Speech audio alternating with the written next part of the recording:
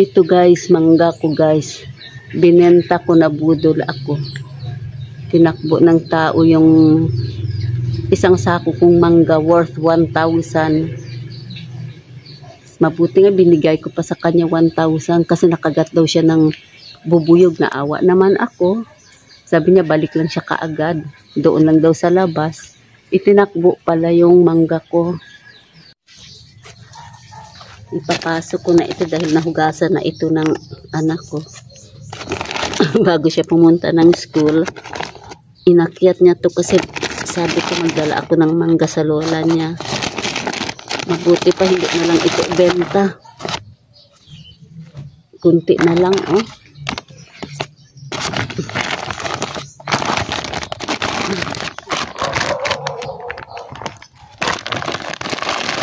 Ang lalaki. Binibless ng Panginoon yung mangga ko, nabulaklak ng marami.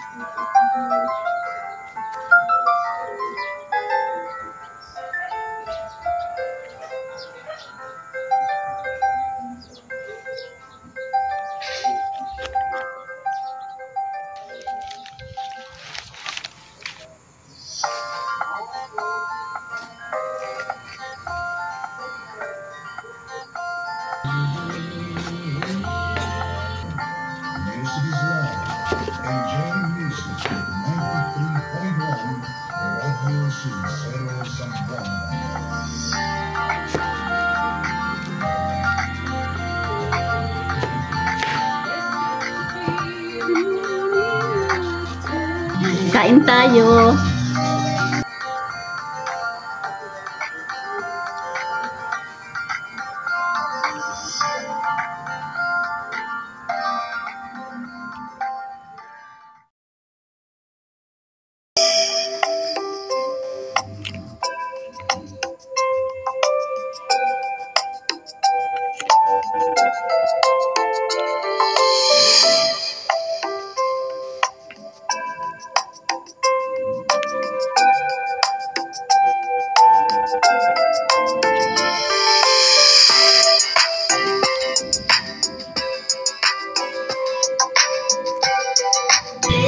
Ano ang bawal, yun ang masarap.